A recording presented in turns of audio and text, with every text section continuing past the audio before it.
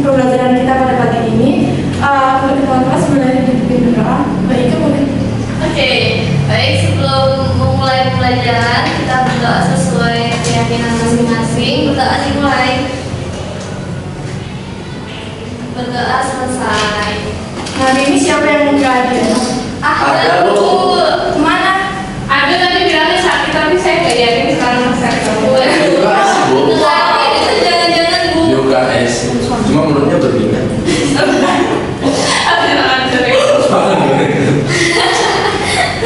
Jadi materi kita pada hari ini adalah merancang aksi untuk membangun harmoni sosial. Masih pada ingat minggu kemarin kita bahas tentang apa? Enggak itu Bu. Enggak belajar soal Minggu kemarin kita sudah belajar tentang upaya untuk membangun harmoni sosial. Iya, betul.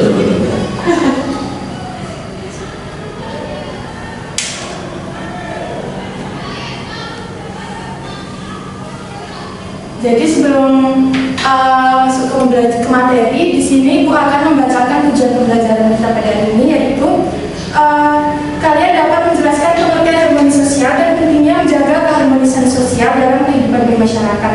Dan yang kedua, kalian dapat mengetahui contoh dan isu harmoni sosial. Dan yang ketiga, merancang aksi nyata untuk menciptakan harmoni sosial di lingkungan sekitar. Nah, selanjutnya, kalian tahu mengapa harmoni sosial itu penting dalam kehidupan bermasyarakat? Biar rukun Bu. Ya Bu, saya rukun, nggak ada konflik juga. Ada lagi ada yang tahu? Biar damai. Biar bisa hidup berdampingan gitu Bu.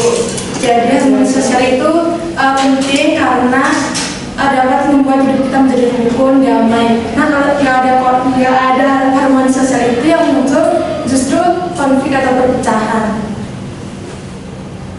Nah, di sini ada pengertian harmoni sosial. Jadi harmoni sosial adalah keadaan kehidupan masyarakat yang seimbang, damai, dan penuh kerjasama, di mana perbedaan yang ada dapat dikelola dengan saling menghargai.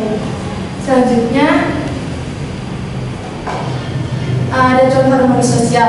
Nah, contoh harmoni sosial ini bisa yang pertama ada gotong royong, dan yang kedua sikap saling menghormati, toleransi.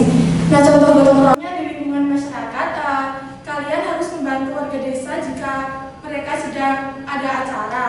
Nah, kalian nggak boleh memandang siapa yang memandang suku, ras maupun agama yang memiliki acara tersebut. Yang kedua ada sikap toleransi, yaitu menghormati perbedaan pendapat, budaya, agama, dan keyakinan.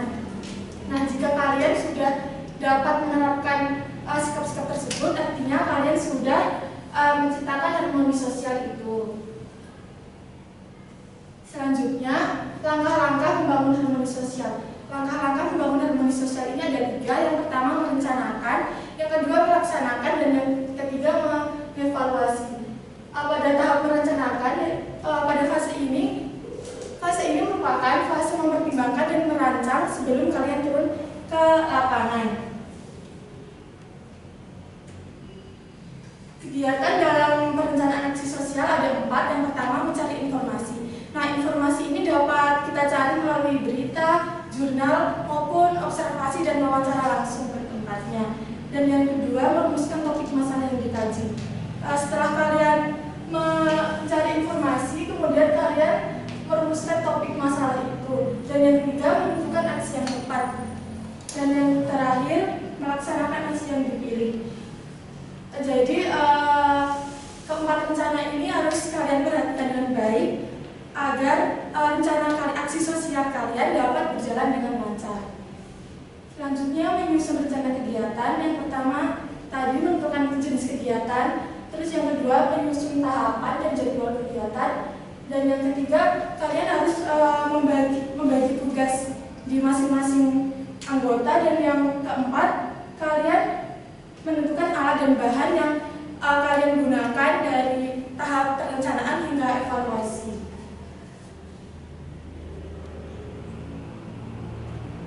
Yang kedua ada tahap pelaksanaan.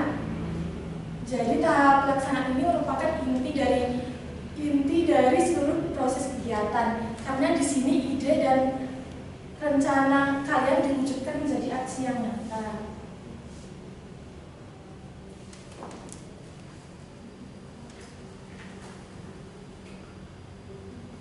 Pada tahap pelaksanaan ini ada 5 hal yang perlu kalian perhatikan.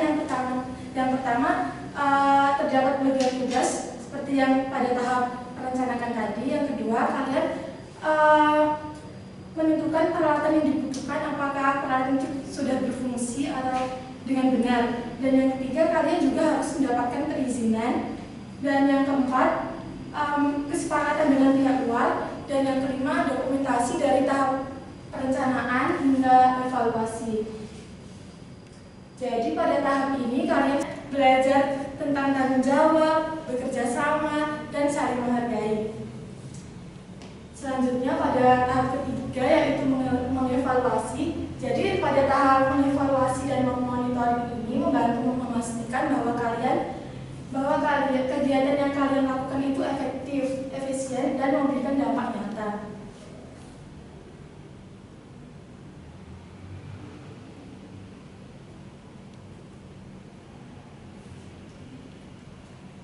Cara untuk melakukan evaluasi, yang pertama meninjau kesesuaian dengan pelaksanaan kegiatan, yang kedua mengamati dampak setelah kalian melakukan aksi tersebut, dan yang ketiga kalian menganalisis menggunakan metode SWOT. Ada yang tahu metode SWOT itu apa?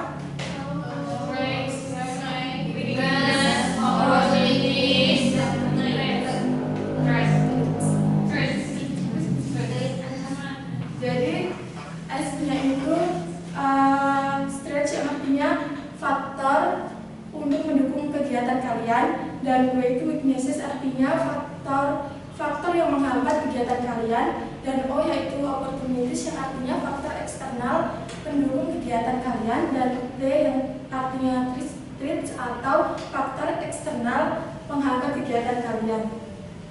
Sampai sini ada yang ingin ditanyakan?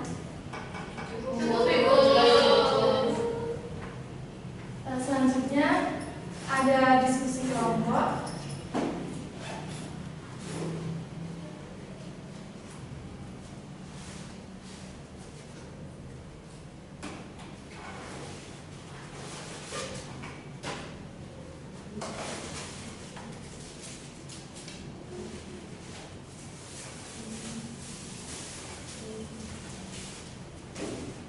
Nah, di sini Ibu ada ini kelompok isu sosial. Di sini ada bidang ekonomi, pendidikan, lingkungan, dan budaya.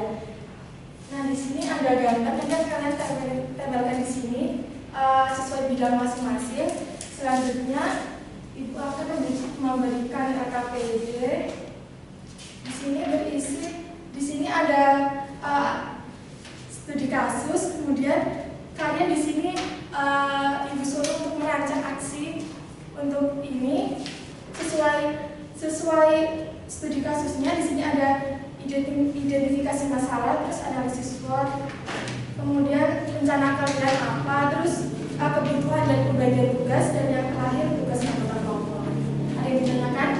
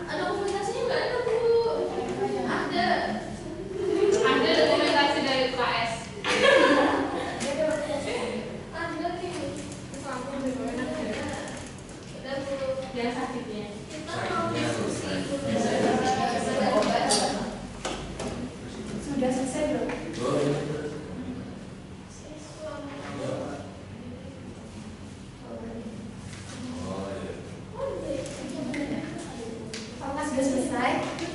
Udah belum? Udah belum?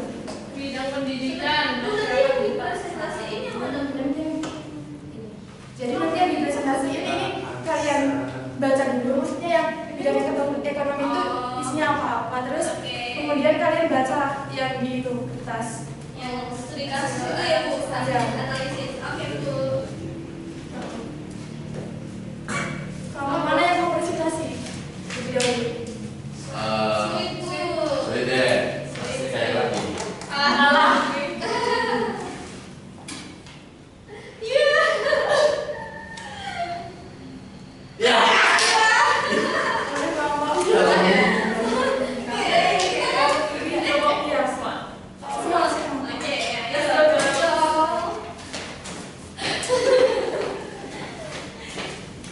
Halo, balik lagi sama kita. Ibu Shanti. Ayo. Ya gitu ya guys. Oke, di sini kita akan mempresentasikan tentang hasil diskusi kami. Nah, yang pertama ini ada isu-isu sosial di berbagai bidang. Nah, yang tadi sudah dijelasin ada berbagai isu sosial gitu. Nah, yang pertama ada di bidang ekonomi. Nah, masalah sosialnya apa? Di sini ada pertimbangan, ada pengangguran. Kalau selanjutnya di bidang pendidikan ini, di sini ada anak jalanan yang putus sekolah, lalu ada masyarakat yang buta aksara, kemudian ada juga bullying terjadi di sekolah. Lalu kalau di bidang lingkungan ini ada isu sosial mengenai penggunaan lahan yang tidak semestinya. Kemudian pengolahan limbah ini juga ada yang belum optimal. Kemudian dan juga sampah juga belum optimal. Kalau isu di bidang sosial budaya ini, di sini ada pertimbangan gender dan juga intoleransi. Nah, selanjutnya itu kami akan bahas intoleransi. Nah, di sebuah sekolah ada sekelompok siswa menolak membantu kegiatan keagamaan yang diadakan oleh teman-temannya yang berbeda keyakinan. Mereka juga menuliskan komentar sindiran di media sekolah. Terus akibatnya hubungan antar siswa menjadi renggang, muncul kelompok yang saling menjauh dan suasana belajar jadi tidak nyaman. Yang pertama itu kita ada identifikasi masalah. Masalah utamanya ada siswa menolak membantu kegiatan keagamaan teman yang berbeda keyakinan, lalu terjadi komentar sindiran di media sosial yang memicu ketegangan. Dampak masalahnya hubungan antar siswa renggang dan terbentuk kelompok-kelompok eksklusif. Juga ada lingkungan belajar menjadi tidak nyaman dan rentan konflik sosial. Kita itu ada analisis SWOT. Yang pertama itu ada strength, kekuatan. Dari sekolah ini memiliki aturan tentang toleransi dan keberagaman. Itu ada terdapat guru, wali kelas, dan BK yang bisa memfasilitasi penyelesaian masalah. Kita ada weakness, kelemahan, yaitu ada pemahaman siswa tentang toleransi dan keberagaman masih rendah. Terus juga ada pengawasan terhadap media sosial juga kurang optimal. Dan kita ada opportunity, peluang, konflik itu dapat meluas dan menimbulkan diskriminasi, terus menghambat kerukunan jangka panjang di lingkungan sekolah. Terus terakhir ada threat, ancaman. Konflik ini dapat meluas dan menimbulkan diskriminasi, terus menghambat kerukunan jangka panjang di lingkungan sekolah. Kita ada rencana kami yaitu mengadakan dialog antar siswa tentang toleransi dan menghargai perbedaan. Terus membuat poster kampanye yang tulisannya itu ada kita berbeda, kita bersaudara. Nah, selanjutnya ada edukasi penggunaan media sosial yang bertanggung jawab. Terus terakhir ada program kerjasama lintas kelompok dalam kegiatan kelas atau OSIS. Terus kebutuhan dan bagian tugasnya itu ada poster, kertas kerja, materi toleransi, terus ada contoh kasus. Terus tugas yang dibagi itu ada penulis materi, desain poster, fasilitator diskusi, sama dokumentasi. Nah, kita juga ada tugas pembagian kelompok. Yang pertama ketuanya saya sendiri, Kaila. Kita ada penulis Ike, ada presenternya yang ada Farah. Nah, bagian dokumentasi yang tidak hadir itu ada Ahda. Sudah selesai Bu. Menurut kalian ini benar apa enggak? Iya, namanya juga harus. Coba Iya Bu. Iya. Namanya juga manusia. Terima kasih kelompok 1, boleh tepuk tangan buat kelompok. Nggak ikhlas banget. Selanjutnya kelompok 2 boleh presentasi. Maju.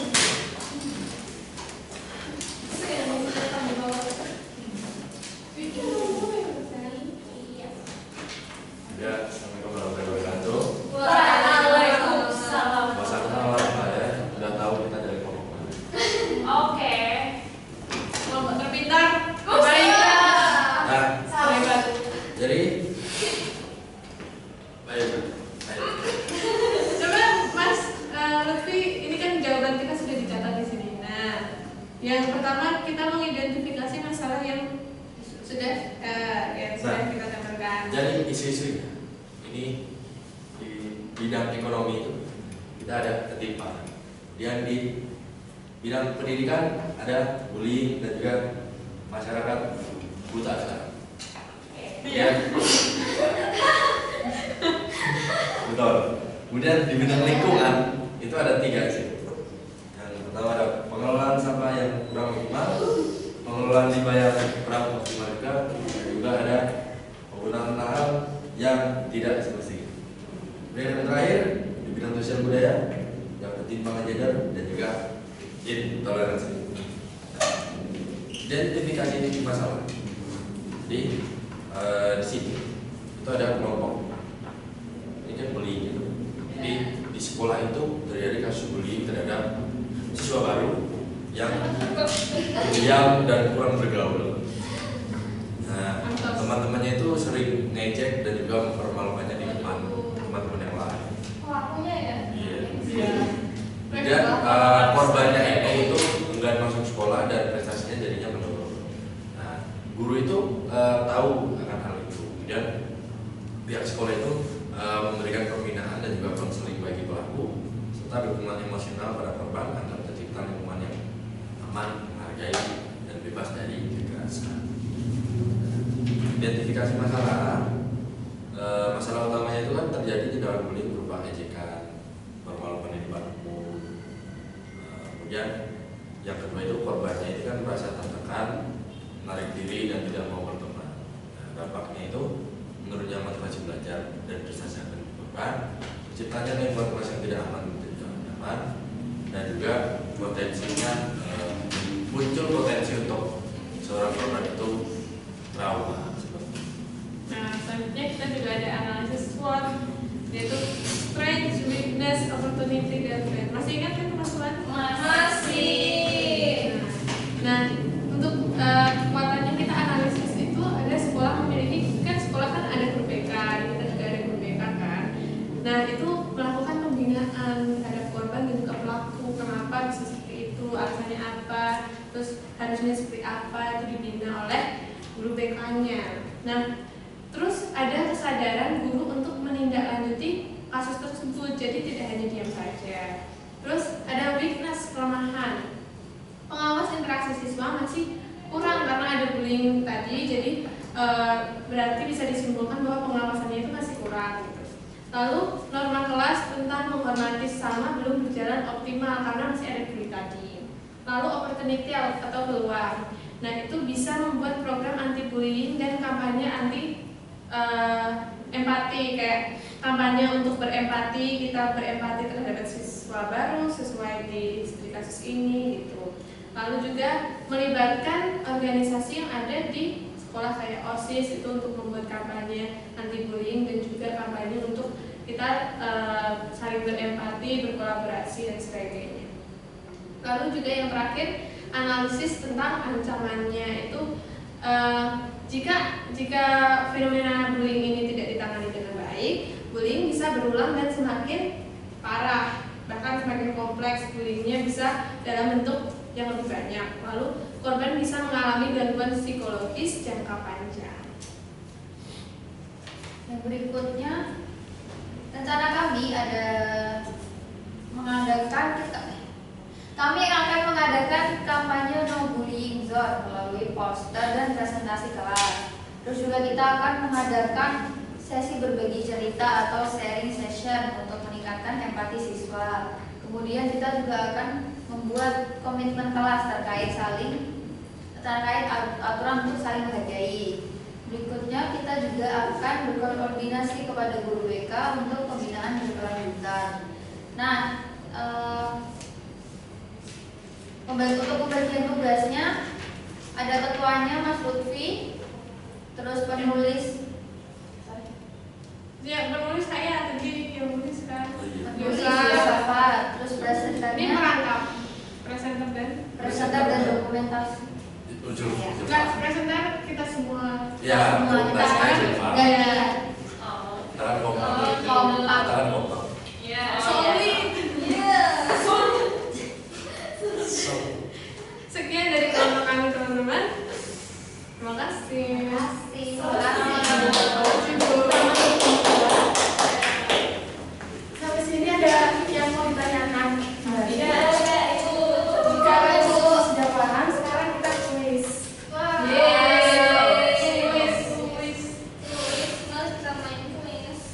Jangan biarkan berpikir. Mana, Bu? Ya, belum. Oh. Udah berapa kali? Iya, kita yang berapa kali? 3 kali loh nomor 1 terus. Mana Bu? Udah tahu kan siapa yang nomor 1. Ih, sombong. Dibilangin dia star syndrome, Waduh. ingin menjadi superstar. Rising star bro. Maksudnya aku jelek. Bisa nggak? Sudah, Bu. Lihat dong namanya. Lutfi sang biru. Sudah semua? Belum Bu, belum Bu.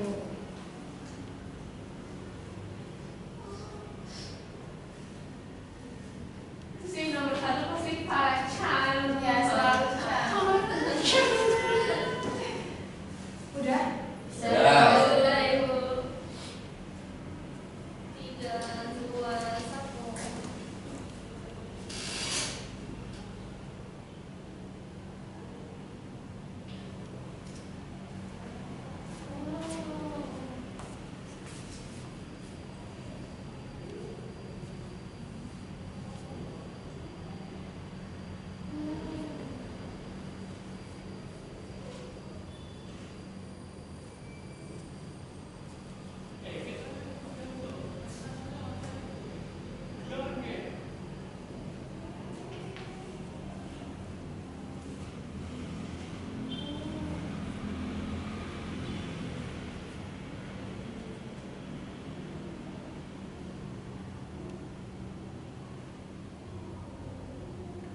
Wah. Sudah semua?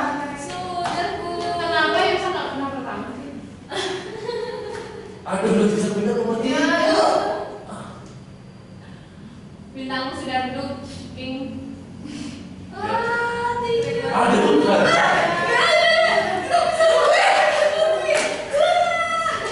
Itulah karma orang sompak. Bener 100. Semua juga salah. Tepuk tangan buat Kayla. Kita bisa apa? Mana tuh? Setelah kalian kesini, kalian jadi paham kan materi pada hari ini? Salah paham di Bapak. Coba tadi. Sekian pembelajaran kita pada pagi ini. Di sini ada yang dapat menyimpulkan pembelajaran kita pada pagi ini. Saya Bu. Ini Bapak. Hari itu kita belajar tentang harmoni sosial.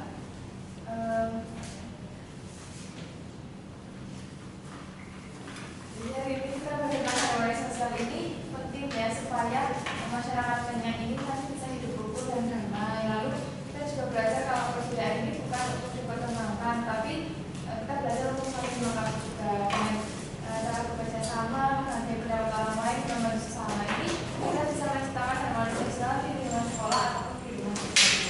Baik, terima kasih Mbak Farah. Boleh tepuk tangan buat Bapak. Jadi hari ini kita sudah belajar tentang harmoni sosial, yaitu keadaan di mana masyarakat hidup damai dan rukun. Kita tadi juga sudah belajar tentang contoh dan isu sosial.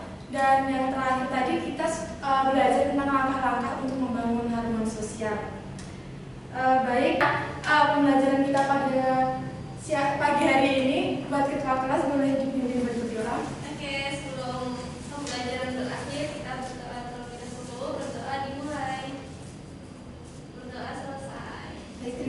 Sembaliter. Sekian pembelajaran kita pada pagi ini. Wassalamualaikum warahmatullahi wabarakatuh.